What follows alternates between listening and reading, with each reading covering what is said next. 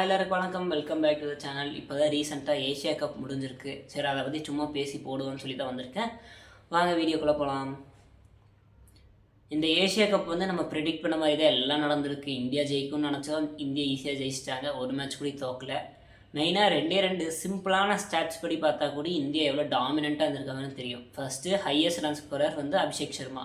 Leading wicket taker Kuldeep Yadav 17 wicket. செகண்டில் இருக்கிற அஃப்ரிடி 10 விக்கெட்டோ 11 விக்கெட்டோ தான். நடுவில் ஒரு 7 விக்கெட் டிஃப்ரென்ஸ் இருக்குது. அது ஒரு பெரிய விஷயம் ஈக்குவல் நம்பர் ஆஃப் மேட்சஸ் விளையாடும் போது. அப்புறம் பார்த்தா எனக்கு ஷாக்கிங்காக இருந்த ஒரு விஷயம் ஆப்கானிஸ்தான் சூப்பர் ஃபோர்ஸ் கூட வரல. குரூப் ஸ்டேஜ்லேயே வெளியே போயிட்டாங்க. நான் எதிர்பார்த்தது இந்தியா பாகிஸ்தான் டிஃபால்ட்டாக இந்த குரூப்லேயும் அந்த சைட் ஸ்ரீலங்காவும் ஆப்கானிஸ்தானும் வருவாங்கன்னு நினச்சேன். பார்த்தா நடுவில் இந்த நாகினி டான்ஸ்காரன் ஒரு குழப்பத்தை உருவாக்கிட்டான். சூப்பர் ஃபோரில் என்ன தான் ரொம்ப எந்த டிஃப்ரென்ஸும் கொடுக்கலினாலும் சூப்பர் ஃபோருக்குள்ளே வந்துட்டான் ஆப்கானிஸ்தானை தள்ளி விட்டுட்டு. அப்புறம் இதை தவிர்த்து பார்த்தா ஒமான் இந்தியா கூட விளையாண்ட மேட்ச் நல்லா இருந்துச்சு பார்க்குறதுக்கு. ஏன்னா யாருமே எதிர்பார்த்துருக்க மாட்டாங்க. க்ளோஸ்ன்னு சொல்ல மாட்டேன், ஆனால் ஒமான் பாயிண்ட் ஆஃப் வியூ பார்த்தா பரவாயில்லையே, நம்ம இந்தியாவுக்கே ஒரு லைட்டாக ஒரு பயத்தை காமிச்சிருக்கோன்னு தோணும். நம்ம வெளியேருந்து சும்மா இந்தியா ஃபேனாவோ ஆஸ்திரேலியா ஃபேனாவோ பார்க்காம இருந்தால் கிரிக்கெட் இஸ் க்ரோயிங். இது எல்லா கிரிக்கெட் ஃபேன்ஸுக்கும் ஒரு நல்ல விஷயந்தான். அப்புறம் இந்தியா நம்ம போன வீடியோவில் சொன்ன மாதிரியே தோத்தாதான் அதிசயம்ன்ட்டு ஏதாச்சும் ஒரு மேட்ச் ஃபைனல்ஸ்ன்ட்டு இல்லை, அது மாதிரி தான் நடந்திருக்கு. அன்டிஃபிட்டடாக போயிருக்காங்க. நடுவில் ஒரு ரெண்டு மேட்ச் மட்டும் லைட்டாக க்ளோஸாக போயிருக்கு. ஒன்று ஸ்ரீலங்கா மேட்ச் அந்த சூப்பர் ஓவர், ஆனால் சூப்பர் ஓவரில் போய் ஒன் சைடட் ஆகிடுச்சு. Second finals. First Pakistan batting பார்த்துட்டு நம்ம நாட்டில் ஈஸியாக அடிச்சிருவாங்கன்னு நினச்சேன். அப்புறம் பவர் பிளேயில் லைட்டாக சொதப்படனால மேட்ச் 20th ஓவர் முடி போயிடுச்சு. திலக் வர்மா சூப்பரான பேட்டிங், ரெஸ்பான்சிபிளான பேட்டிங். ஃபஸ்ட்டு விக்கெட் போயிட்டு இருக்கும்போது ரொம்ப டிஃபென்சிவ் ஆடக்கூடாதுன்னு சொல்லிட்டு கேப்பில் அடிச்சுட்டு சிங்கிள் டபுள்னு ஓடிட்டு இருந்தார். சாம்சங்கும் நடுவில் ஒரு சின்ன ரொம்ப அக்ரெசிவ் ஆடாமல் பொறுமையாக ஒரு 20 ரன் அடித்து கொடுத்தாரு.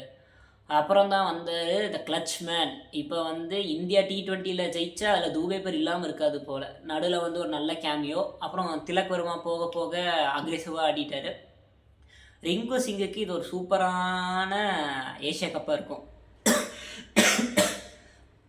ஏன்னா ஒரு மேட்சும் விளையாண்ட ஃபஸ்ட்டு மேட்ச் ஏஷியா கப்பில் பாகிஸ்தானுக்கு எதிரான ஃபைனல்ஸு.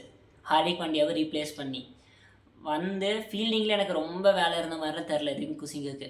பேட்டிங் ஆட வந்தார். ஃபைனல் ஓவரில் பவுண்ட்ரி அடித்து இந்தியாவை ஜெயிக்க வச்சிட்டார். இது ஒரு பிளேயர்லேருந்து பாயிண்ட் ஆஃப் வியூலேருந்து பார்த்தா ஒரு ரொம்ப ஹாப்பியான விஷயமா இருக்கும். ஃபைனல்ஸ் விளையாண்டுருக்கோம், நம்ம டீம் நம்ம கடைசியாக அடித்ததா டீம் ஜெயிச்சிருக்குன்னு நினைக்கும் போது ரொம்ப ஹாப்பியாக இருக்கும். இதில் எனக்கு ஒரே ஒரு டிசப்பாயிண்டிங் திங் இந்தியா டீம்லேருந்து பார்த்தா, நீ நேஷன் ஃபஸ்ட்டு 6 பீப்புள் ஃபஸ்ட்டுன்னு சொல்லும் போது ஏஷியா கப்பே விளாண்டுருக்க மாட்டேன். ஏன்னா எப்படியோ பாகிஸ்தான் கூட ஒரு மேட்சோ 2 மேட்சோ விளையாண்டுருவோமோன்னு தெரியும். இப்போ கடைசியில் பார்த்தா ஃபைனல்ஸையும் சேர்த்து 3 மேட்ச் ஆயிடுச்சு. 3மே இந்தியா ஜெயிச்சிருச்சு, நல்ல விஷயந்தான். ஆனால் பீப்புள் ஃபஸ்ட்டு நேஷன் ஃபஸ்ட்டுன்னு சொல்லும் போது நான் விளையாண்டுருக்கவே மாட்டேன். நம்மளாக போய் விளையாண்டுருக்கோம், கேட்டதுக்கு விளையாண்டுட்டோம். அப்போ என்ன? ஸோ ஒரு ஸ்போர்ட்ஸ்மேன்ஷிப் படி கை கொடுக்குறதோ கப்பு வாங்குறதோ தப்பே இல்லை. இது எனக்கு இந்தியா டீம் மேலே லைட்டாக ஒரு நெகட்டிவாக கொண்டு வருது. ஏன்னா ஸ்போர்ட்ஸ்மேன்ஷிப்பை தாண்டி கொஞ்சம் அந்த பொலிட்டிக்கல் சைடு போகுதோ கிரிக்கெட், இந்த விஷயத்தில் மட்டும் தோணுது. இது எனக்கு பிடிக்கல ஒரே ஒரு விஷயம். அப்புறம் வேறு ஏதாச்சும் பார்த்தா, இப்போது நெக்ஸ்ட்டு இந்தியா ஹோமில் 2 டெஸ்ட் சீரீஸ் விளையாடுறாங்க. டெஸ்ட் மேட்ச் விளையாடுறாங்க சீரீஸில் வெஸ்ட் இண்டீஸ்க்கு எதிராக. இதில் எனக்கு கொஞ்சம் பிடிச்ச விஷயம் ஜெகதீஷன் ரிசர்வ் பிளேயராக இல்லாமல் ஸ்குவாட்லேயே எடுத்துகிட்டு போயிருக்காங்க. ஒரு மேட்ச் சான்ஸ் கிடச்சி அது நல்லா பர்ஃபார்ம் பண்ணிட்டா சாய் சுதர்ஷனுக்கு அடுத்து இன்னொரு தமிழ்நாடு பிளேயர் இந்தியாவுக்கு ரெடி ஆகிடலாம். ஏன்னா டொமஸ்டிக் கிரிக்கெட்டில் அபிமன்யம் ஈஸ்வரனுக்கு அடுத்து ரொம்ப வருஷமாக உட்காந்து கிரைண்ட் பண்ணிட்டு இருக்கிற ஆள் எனக்கு தெரிஞ்சு நாராயண் ஜெகதீஷன் தான். நம்ம தமிழ்நாடு டீம்லேருந்து நேர்லேயும் பார்த்துருக்கேன், ஹைலைட்ஸ் வீடியோ பார்த்துருக்கேன், ரெக்கார்டும் நிறைய வச்சுருக்காரு. இப்போது இந்த சான்ஸ் கிடச்சி அவர் லைட்டாக யூஸ் பண்ணிட்டாருன்னா அவருக்கு ஈக்குவலாக டிவிலேருந்து பார்க்குற நானும் ரொம்ப ஹாப்பியாக இருப்பேன். ஆனால் மேட்ச் கிடைக்குமான்னு தெரில. அப்புறம் இதுக்கடுத்து பார்த்தா பாகிஸ்தான் அவங்களும் 2 மேட்ச் அவங்க ஹோமில் டெஸ்ட் மேட்ச் விளையாடுறாங்க சவுத் ஆஃப்ரிக்காவுக்கு எதிராக, WTC சாம்பியன்ஸ்க்கு எதிராக.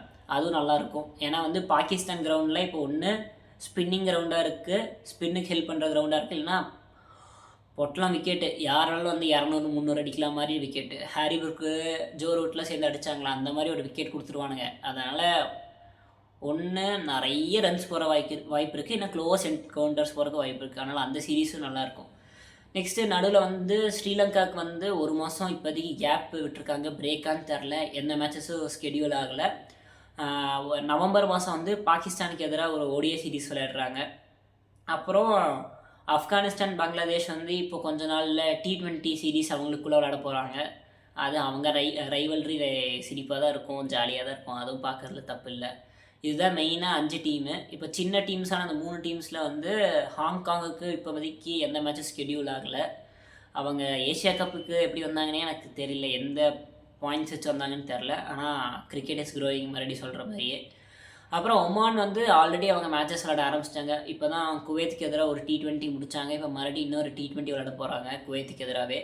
அப்புறம் UAE பார்த்தா இப்போது அடுத்த வருஷம் நடக்க போகிற T20 வேர்ல்டு கப்புக்கு நிறைய இடத்துல குவாலிஃபையர்ஸ் நடக்குது. அதே மாதிரி இப்போது அந்த ஷார்ஜா துபாய் சைடில் இன்னொரு குவாலிஃபையர்ஸ் நடக்குது, இப்போ அது விளையாட போகிறாங்க. இந்த 8 டீமுக்கு இப்போ இதுதான் ஸ்கெடியூலான மேட்சஸ் அப்கமிங்காக. அப்புறம் இப்போதைக்கு இந்த சேனல் வந்து ஃபுல்லாக கிரிக்கெட்டை பற்றி பேசுகிற மாதிரியே இருக்குது. அது ஏதோ வீடியோ போடணுமே, நம்மளுக்கு எது நல்லா தெரியுமோ அதை போட்டுடலாம், டைம் ரொம்ப இழுக்க வேண்டாம்னு சொல்லி தான் கிரிக்கெட் வீடியோஸாக கொஞ்சம் நிறையா வருது. உங்களுக்கு ஏதாச்சும் ஐடியா இருந்தால் கீழே கமெண்ட்ஸில் போடுங்க, வேறு எந்த மாதிரி வீடியோ போடலாம், இன்னும் எந்த டைப் ஆஃப் வீடியோ போடலாம், 2 ஒன்று தான். கீழே கமெண்ட்ஸில் சொல்லிடுங்க. நல்லா இருந்துச்சுன்னா நானும் அது போடுறதுக்கு ட்ரை பண்ணுறேன்.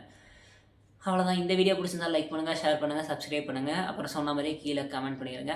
அடுத்த வீடியோவில் பார்க்கலாம். பாய்.